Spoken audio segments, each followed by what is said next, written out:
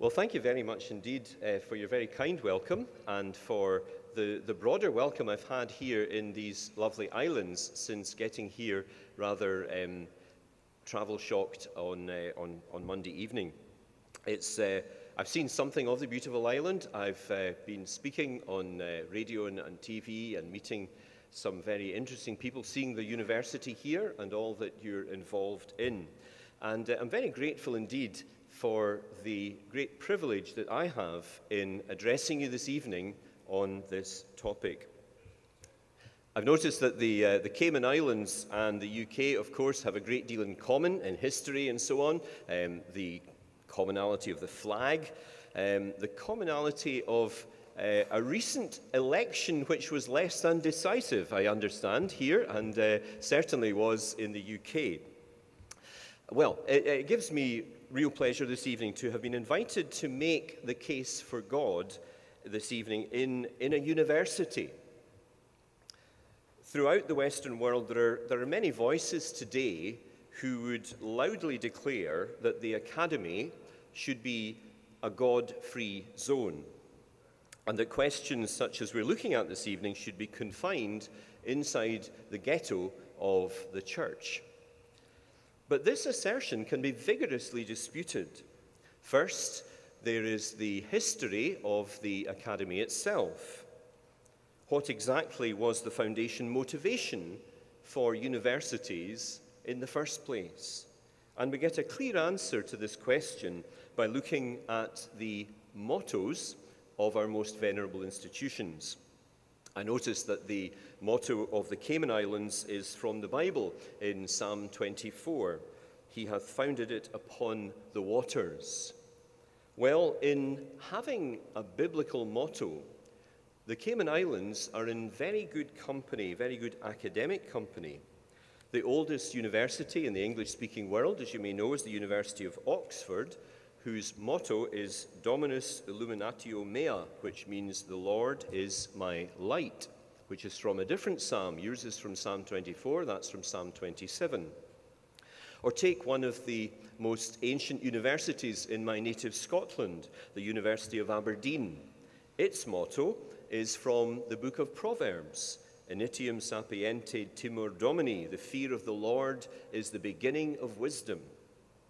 And then we have Harvard, whose motto is simply Veritas, truth, albeit truth with a distinct anchor in Christian revelation. And here's the thing, these institutions were not restricted to the study of theology, but also they studied the natural world and the humanities. So belief in a creator, far from being a hindrance to such inquiry, was actually the very stimulation and motivation for that inquiry. So when Sir Isaac Newton, for example, discovered gravity, he didn't for a moment consider that he had thereby dispensed with the need for a creator to account for the motion of the planets. Rather, he considered that he was thinking God's thoughts after him. So there was a time when the default position in the academy, as well as the rest of Western society, was not atheism, but rather Christian theism. The material world, including the living world, was held to have its origins in God. Powerful evidence of his designing intelligence and sustaining providence. And humanity was considered to be made in the image of God, part of creation, and yet also distinct from other living things and having an inherent dignity thereby, and also having a responsibility for exercising a benign dominion over the whole earth. Now, whether or not we agree tonight with that view this evening is really beside the point. I just want to establish that it's no exaggeration to say that this is the view on which Western civilization was built. 6 years ago, there was a celebration of the 400th anniversary of the translation of the King James Bible. That would have been, yes, 1611, so 2011, 6 years.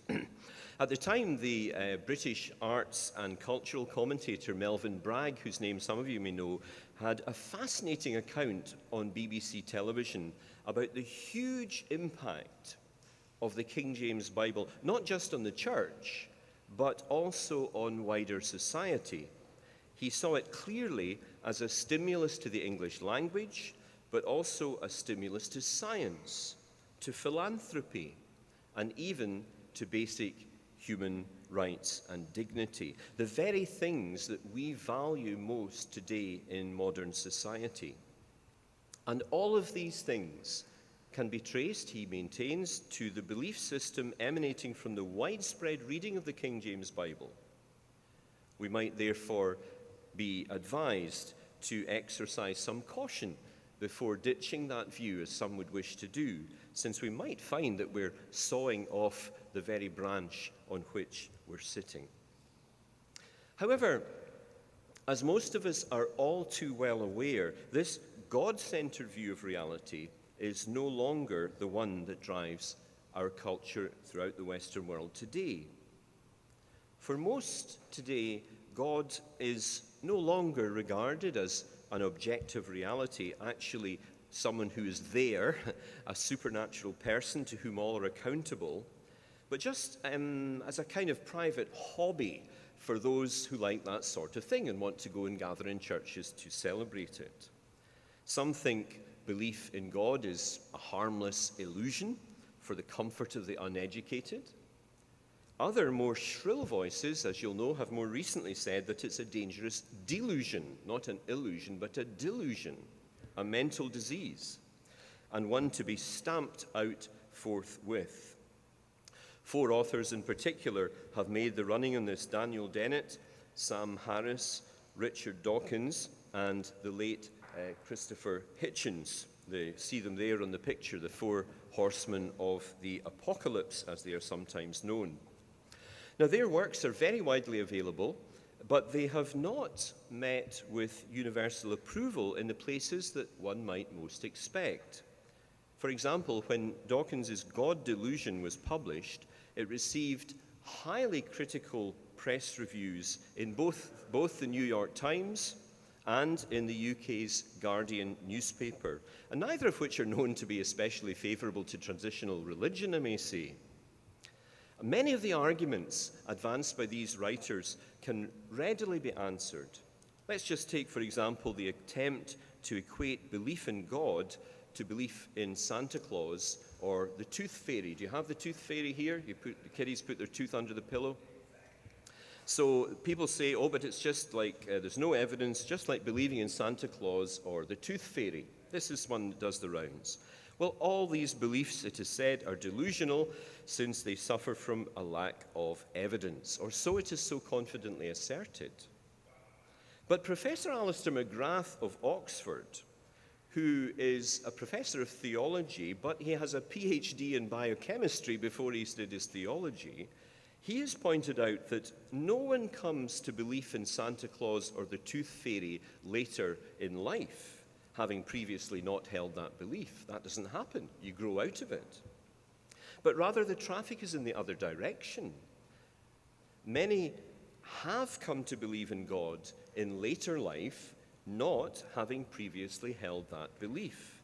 And Professor McGrath is a case in point, having made the journey from atheism to Christianity in young adulthood on the basis of the very evidence that Professor Dawkins considers is so lacking. So there we go. So yes, Professor McGrath is a case in point, having made the journey from atheism to Christianity in young adulthood on the basis of the very evidence that Professor Dawkins considers is so lacking. Our friend's left us now, I think. So, it's commonly argued that the Enlightenment project from the 18th century onwards has brought about a change that is both unanswerable and irreversible, and that the banishment of religion to the margins of society is thoroughly justified. Well, it's that alleged unanswerableness and irreversibility that I plan to challenge this evening by making the case for God. 50 years ago, Time magazine had a well-known front cover asking the question. It was a black cover with just 3 big red words in block capitals. Is God dead? The cover story described the so-called Death of God movement, then current in almost all philosophy departments and even certain theology departments who, in my view, had hoisted the flag prematurely, as we shall presently see. For today, the situation is utterly different from 50 years ago. We might even say that nowadays God is alive and well and to be found in the very philosophy departments of our universities that once shunned him. One scholar in particular has been responsible for this remarkable turnaround. Professor Alvin Plantinga of the University of Notre Dame in Indiana.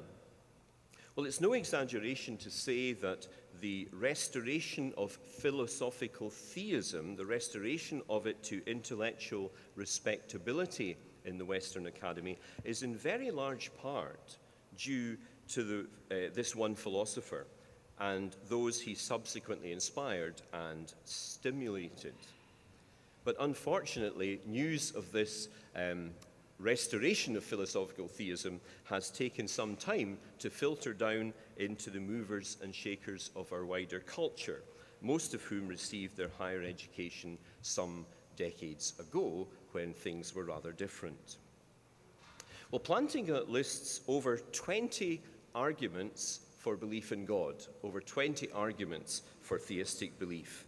Now, for obvious reasons, we won't be doing all 20 tonight. We need to restrict ourselves this evening to a much smaller number if we're to consider them in any detail in the time available. So I've chosen a total of 3. I may assure you this is not an arbitrary selection, for in survey after survey of barriers to belief among skeptical people, barriers to belief in God, 2 issues in particular regularly crop up. The first is the problem of evil and pain, the problem of evil and suffering. Very poignant, isn't it, if you were watching your TVs in the last 24 hours? Why did those people die yesterday in the massive fire in a London residential tower block? Or nearer to home, what about Hurricane Ivan that devastated this island to such effect 13 years ago, or other such events elsewhere with massively higher death tolls than mercifully was the case here? So that's the first one. And the second matter I'll consider is the question of science, and this very common view that belief in science has explained God away, or the belief that science has explained God away, rendering belief in a supernatural creator quite irrational. After all, science has made such leaps and bounds in recent decades, has it not? Most of us have got in our pockets handy little computers which are far better than the ones that were operating in mega cabinets when I was first a student. I came here in a metal tube with wings on it. I'm quite confident that the scientists who designed it were going to make it so that it wouldn't drop out the air. So we have confidence in technology, and science has made such leaps and bounds.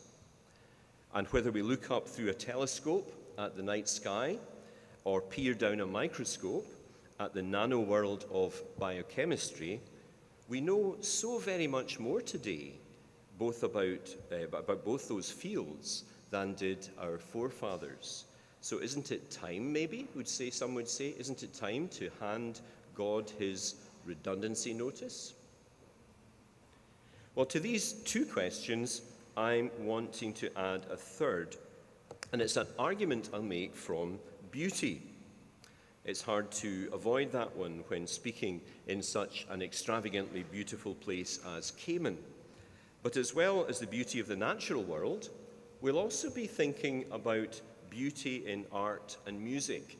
And I think I'll have to rapidly add dance to that, having seen such a beautiful display earlier on. And the influence that beauty has on us. I don't know about you, but when they were lifting up like that, it lifts your spirits in a way which doesn't really have some biological purpose.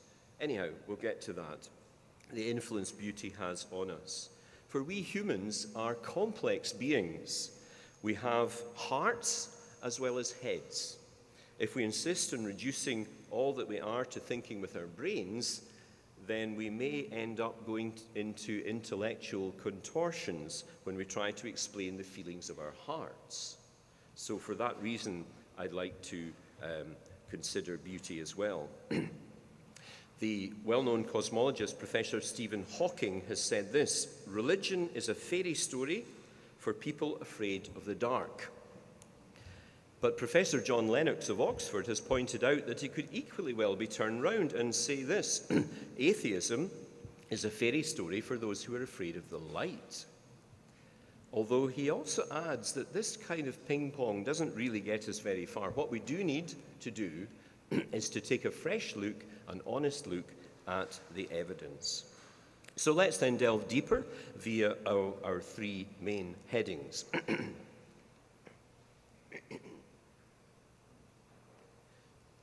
First of all, the vexed issue of pain and suffering, known as the problem of evil.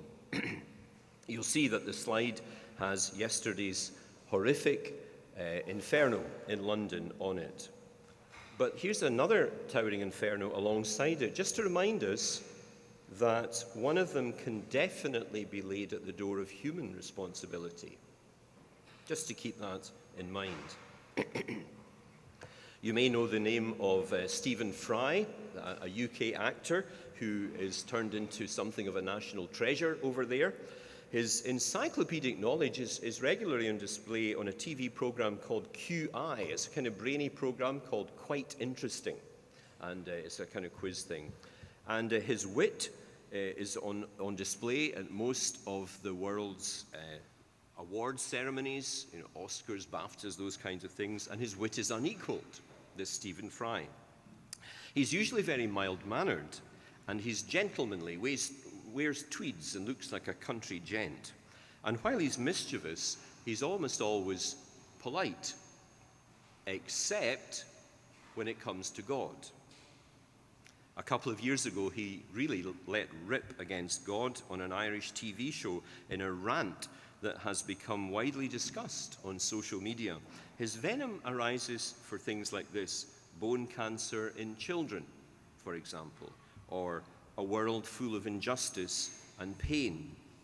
Although why he's ranting against a being he doesn't believe in, I'm not sure. But of course, he's not alone in being distressed by such things. Believers are distressed by such things. Who wouldn't be? Perhaps some of you here this evening have been personally touched by just such a tragedy. It's not an easy thing to bear. But this problem has in fact been discussed for the entire 2,000 years of the Christian era, and at least 2,000 years before that, as the book of Job in the Bible makes very clear, probably the earliest book of the Bible to actually be written down. Fry seems to think that the question of evil is a new question, but it's not new at all. Over the years, it's attracted some of the finest intellects in the history of the world, from giants of theology such as Augustine and Aquinas, to giants of literature such as Dostoevsky in such works as Brothers Karamazov. And the question does, in fact, have some possible answers, not ones which will satisfy everyone fully, whether believer or not, but in my view, answers that make more sense than the atheistic alternative. The real question is why Stephen Fry, as an atheist, is asking the question at all. Why would he do that? At least Richard Dawkins acknowledges that in a universe with no design and no purpose, there can be no good or no evil either. Nothing but blind, pitiless indifference. At least Richard Dawkins is consistent, although surely he takes us to a very dark place with that kind of analysis. But why does Fry, along with most of us, feel a sense of outrage against the suffering and injustice of the world, sensing that things are not what they ought to be? Where does that ought come from? If we're just a pile of chemicals, where does that ought to come from if the universe just is? In the book Mere Christianity, C.S. Lewis describes his own conversion from atheism to Christianity, like Alistair McGrath many decades later. And you know, it bears some uncanny similarities to Fry's recent outburst. Lewis says this when he was an atheist: "My argument against God was that the universe seemed so cruel and so unjust. But how had I got this idea of just and unjust? A man does not call a line crooked unless he has some idea of a straight line. What was I comparing this universe to when I called it unjust?" Lewis goes on, "Of course, I could have given up my idea of justice by saying it was nothing but a private idea of my own. But if I did that, then my argument against God collapsed too." People at the back are not hearing you. Okay. So can you speak up a little bit? Yeah, I'll speak up. Yeah, hello. Okay, we're doing C.S. Lewis, his arguments when he was an atheist against God. "My argument against God was that the universe seems so cruel and unjust. But how had I got this idea of just and unjust? A man does not call a line crooked unless he has some idea of a straight line. So what was I comparing this universe with when I called it unjust?" Lewis then goes on, "Of course, I could have given up my idea of justice by saying it was nothing but a private idea of my own. But if I did that, then my argument against God collapsed also. For the argument depended on saying that the world was really unjust, not simply that it did not happen to please my private fancies. Thus, in the very act of trying to prove that God did not exist, in other words, that the whole of reality was senseless, I found that I was forced to assume that one part of reality, namely the idea of justice, was full of sense, and consequently, atheism turns out, in his view, to be too simple." Or we can put this a lot more plainly tonight. That was quite an involved quotation. We can put this much more plainly. We've all heard the cry of the small child, "That's not fair." But where does the idea of fairness come from if we are just flotsam and jetsam floating through an indifferent cosmos? So what I'm saying is this: what appears to be a problem for belief in God, an argument for atheism, if you like, might surprisingly turn out to be more like a clue for God's existence. And it's an issue in which the Christian faith does have something unique and profound to offer. For in Christianity, God is not some aloof presence, remote from the cares and pains that afflict us mere mortals. No, it tells of a God who entered into a world of pain and suffering in the person of Jesus, who himself suffered rejection, disappointment, and ultimately a most horrendous end to his relatively short life. But it tells of his death not being the end, but a mere prelude to the triumph of the resurrection. So, while Christians must work for a just world in the meantime, and nobody is saying that we shouldn't do what we can, there is also the bonus of having a firm assurance of a remade world where pain is banished where all wrongs are righted and where justice is perfectly achieved. Well, we come now to the second of our main headings, and the question of science, often cited as the convincing argument against the existence of God. And usually it involves something like this little picture here. This is the conflict model of the relations between religion and science. And if you look very carefully, I don't know if you can see at the back, but the guy on the left with the blue shirt is really in trouble because one of his legs is wrapped around his other leg, and the guy that's saying science is about to, or in the process of dealing the knockout punch, and so many people think this is the way it is, yeah, bring it on. It's dead religion. I want to seriously challenge that model because I don't think it fits either if you look at the scope of what science is, or the history of science, or even some of the findings of science. They do not, taken as a whole, contribute to the conflict model, and some may wish to speak about that later. Got a wee diagram here, and it's a Venn diagram, of course, for mathematicians among us. And this is the way people usually think of the relations between science, philosophy, and theology. Completely separate, like the old Sunday school chorus, Jesus bids us shine, you in your small corner and I in mine.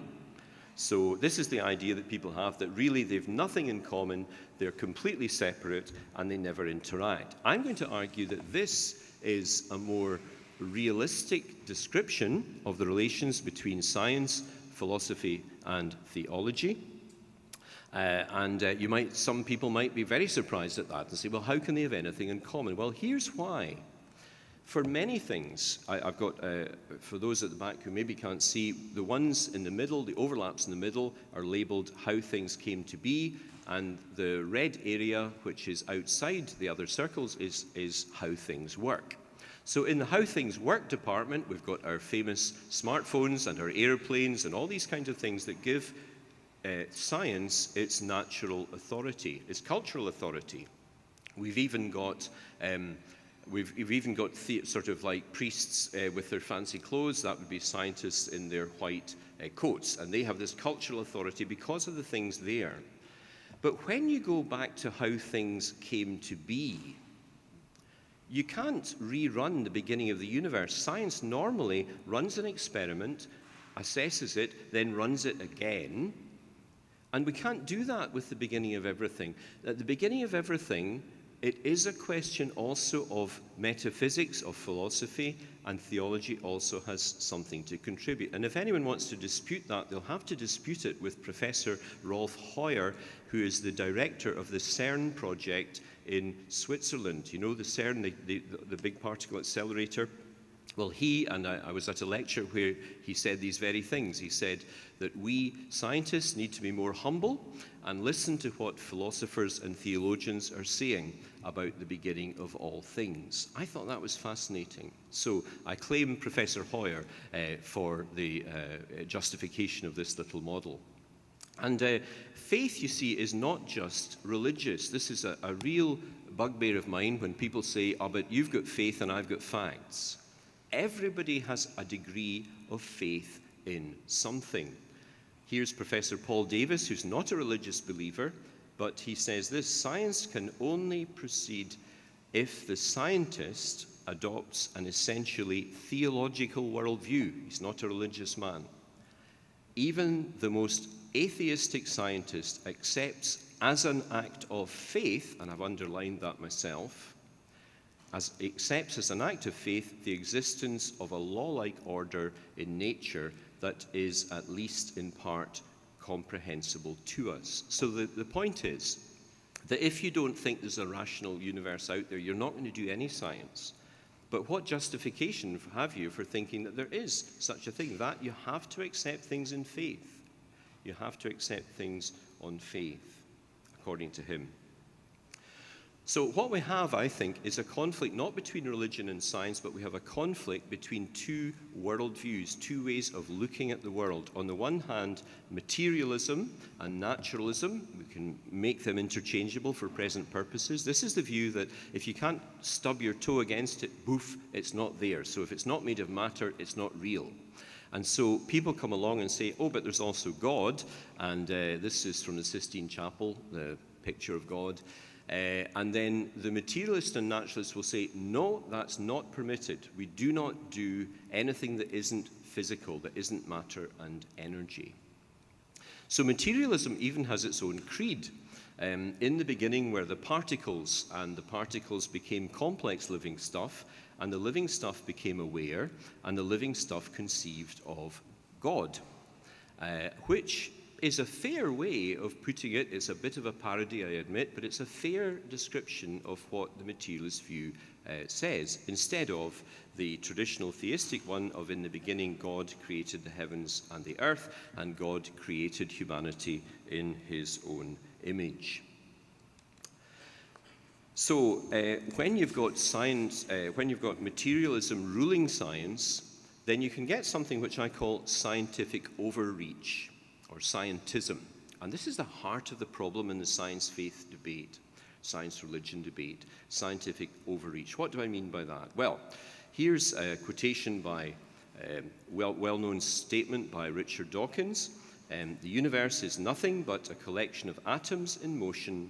Human beings are simply machines for propagating DNA, and the propagation of DNA is a self-sustaining process. It's every living object's sole reason for living. Well, he's a scientist. Surely he knows what he's talking about. What he's done, though, he's sneaked stuff in that is not science. Let me show you. If we highlight these words here, it's true that the universe is a collection of atoms and that we are machines for propagating DNA, but look what he smuggles in. He puts the universe is nothing but a collection of atoms. And human beings are simply machines for propagating DNA, and it's every object's sole reason for living. How does he know that? He doesn't. He's put scientism rather than science. He's mixed it up with the science, admittedly, but that's what he's done. Another famous case, Professor Stephen Hawking, the world's most famous cosmologist. And you think, for goodness sake, is this ignorant person going to dispute Stephen Hawking? Well, in terms of his physics, absolutely not. I don't suppose any of us have got past much of page 1 of A Brief History of Time. It's a pretty amazing book, and he's the world's expert on cosmology. But when he strays outside his field, he's just like the rest of us. Look what he says here. The traditional big questions of metaphysics, where did all this come from, etc., are now to be answered by science since, and I quote, philosophy is dead. I don't know if you can see there's a problem with that. He's saying there's no such thing as philosophy. Science has taken it all over because philosophy is dead. But that little phrase, philosophy is dead, is not a scientific statement. It's a statement of philosophy. So even the learned Professor Hawking, when he steps outside of his field, can end up saying things which are actually rather silly. He also says this: because there is such a law as gravity, the universe can and will create itself. But that really doesn't follow. In my chaplaincy centre, we have a lot of students spending a lot of time playing pool. Maybe they should be doing their studies more, but they become really good at it.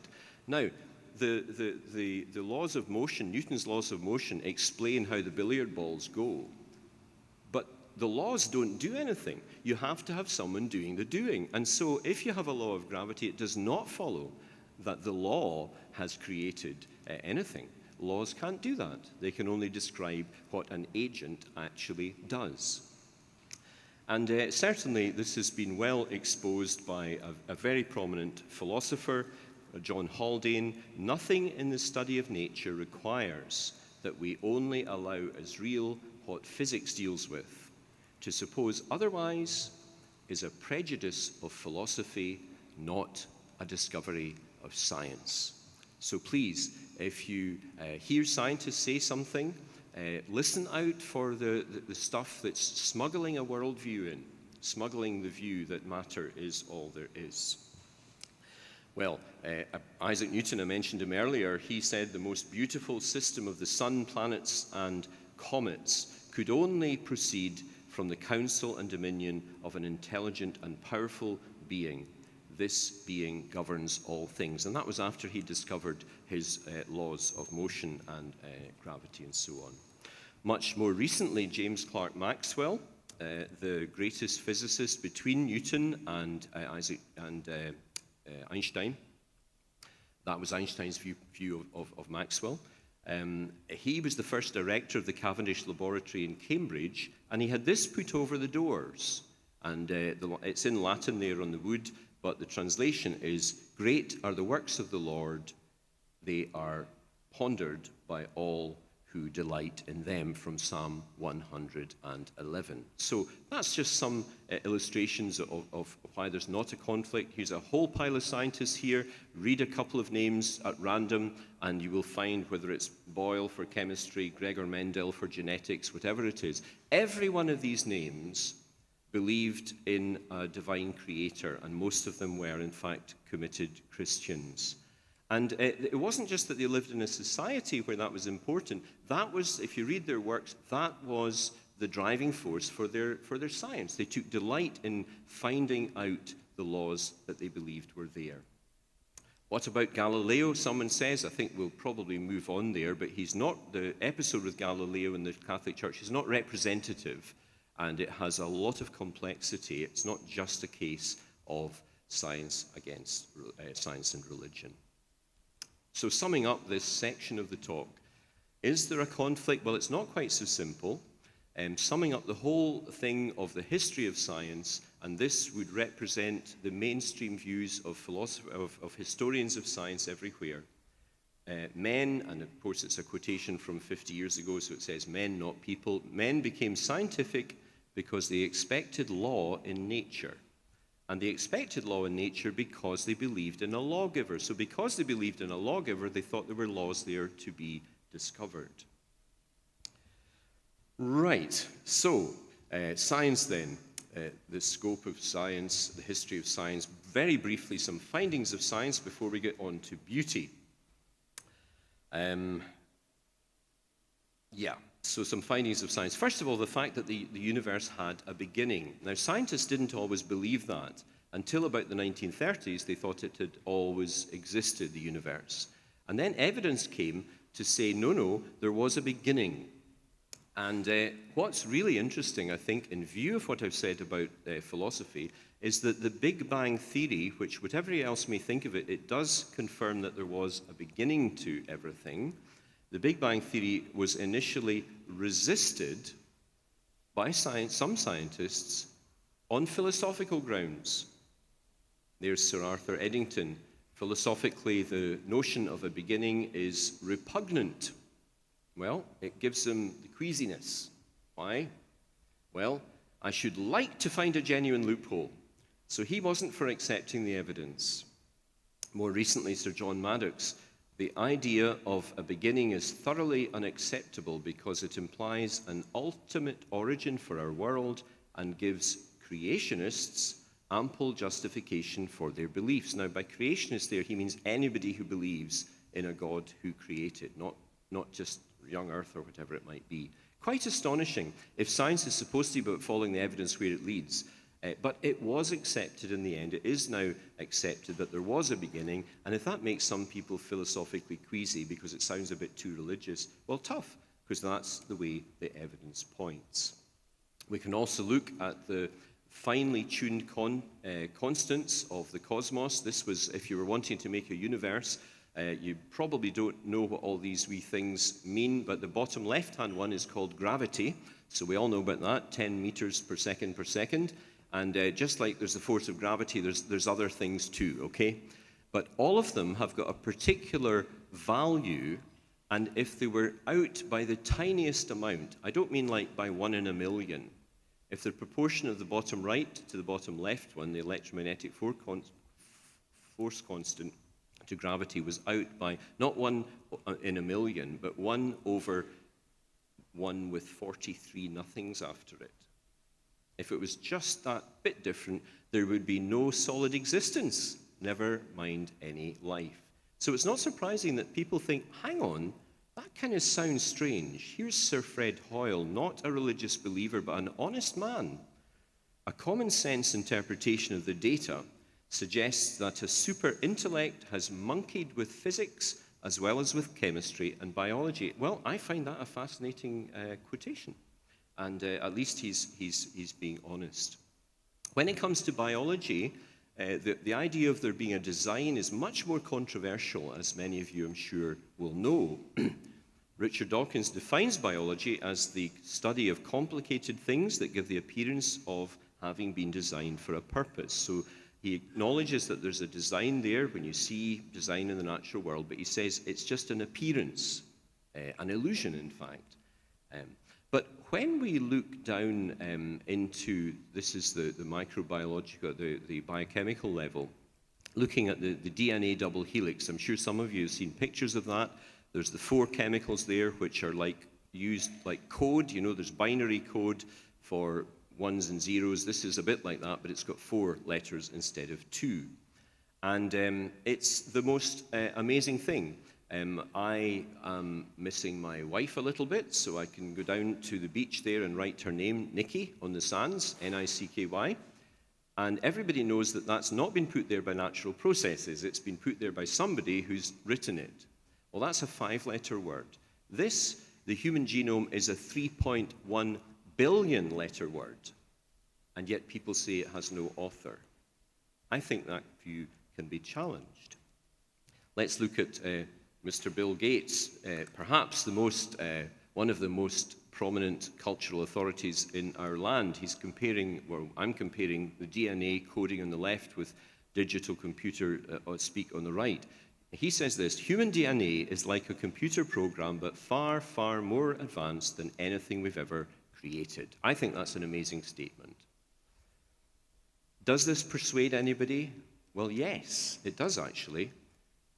Just over 12 years ago, this professor was the most prominent atheist in the UK after the death of Bertrand Russell, and he hit the headlines briefly by it said, lifelong atheist changes his mind about the divine creator.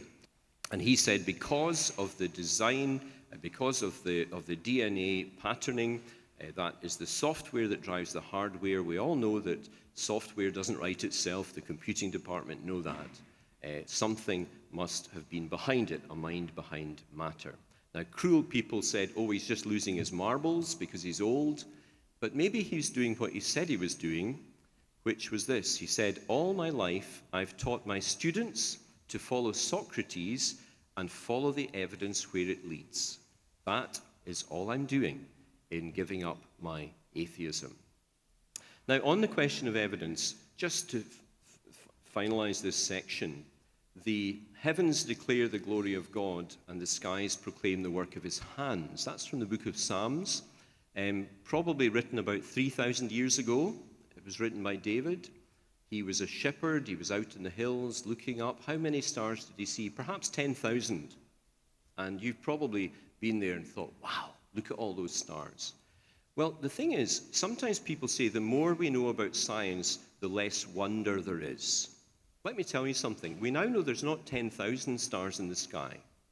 There's 100 million stars in our one galaxy, and there are 100 million, at least, galaxies.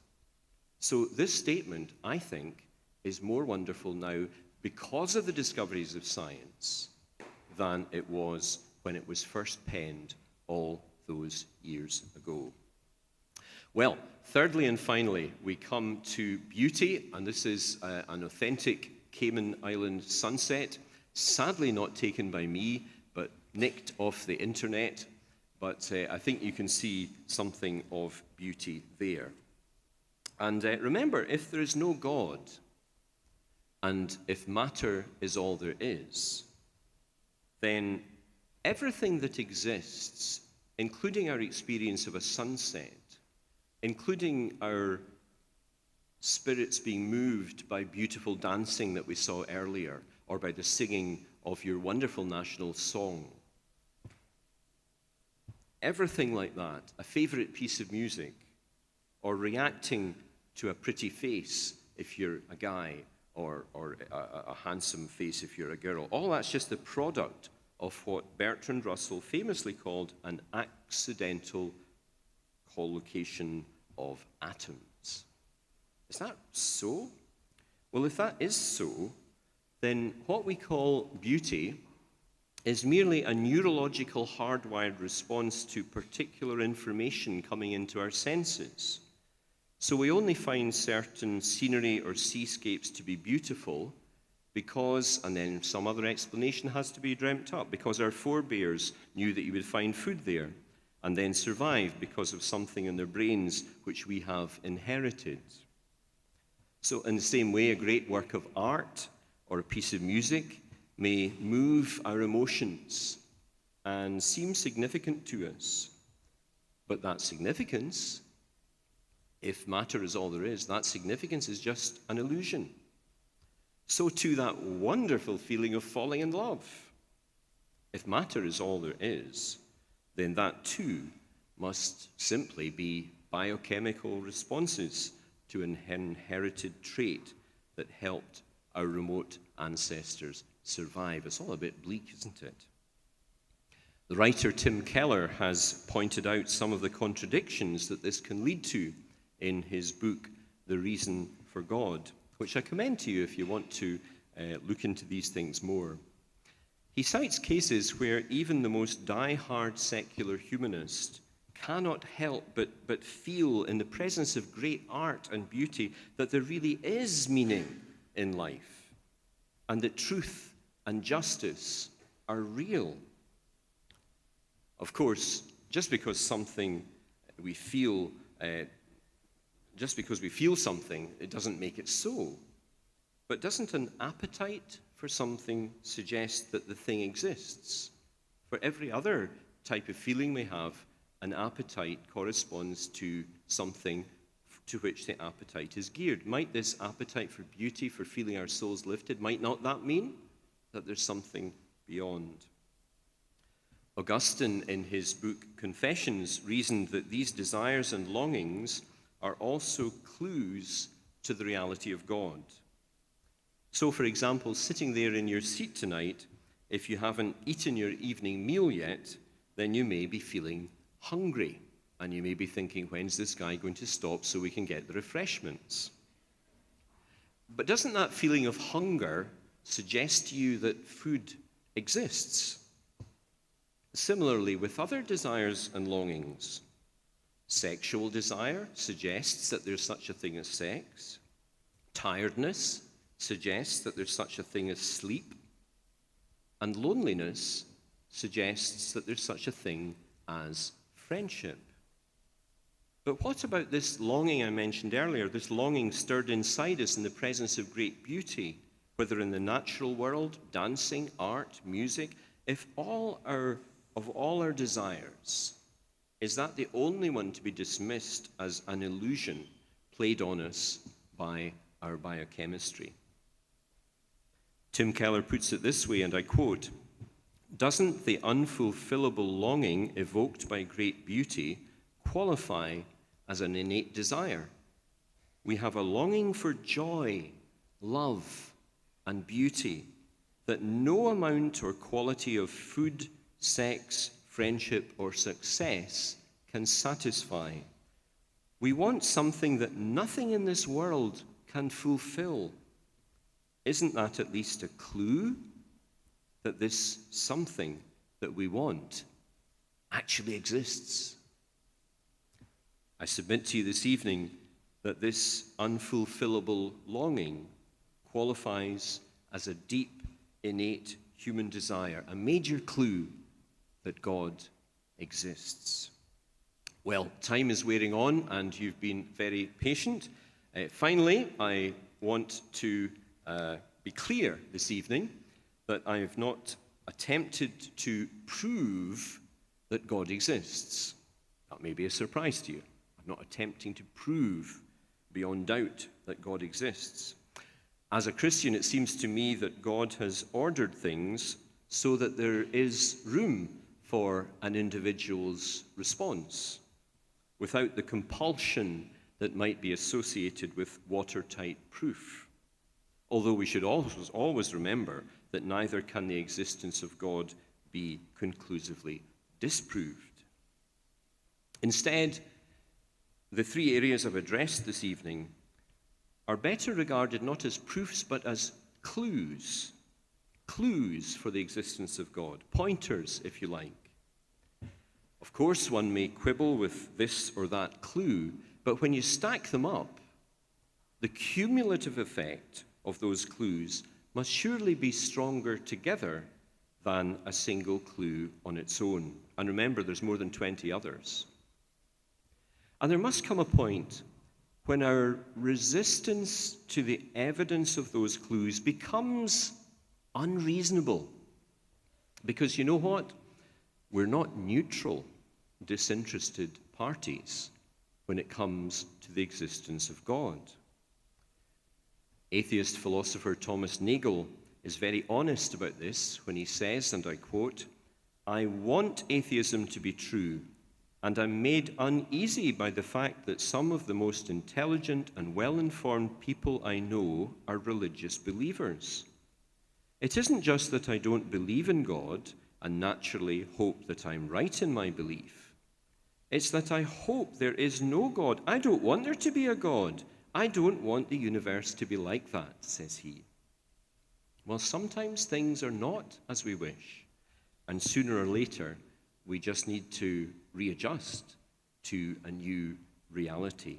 So in conclusion, ladies and gentlemen, I'd like to thank you for your kind attention this evening.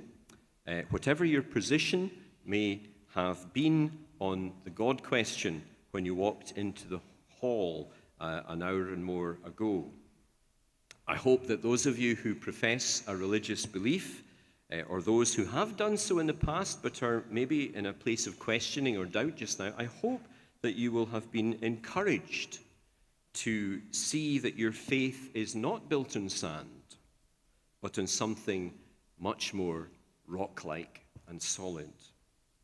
And that even if you have still got some unanswered questions, belief in a creator is a robust and plausible way of making sense of the world as we find it.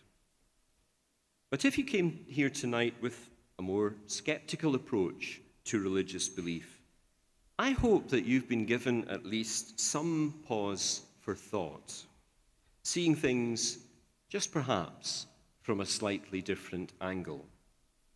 And even if you do not agree with the case for God that I have attempted to make, then I hope that we can all in this hall agree on one thing.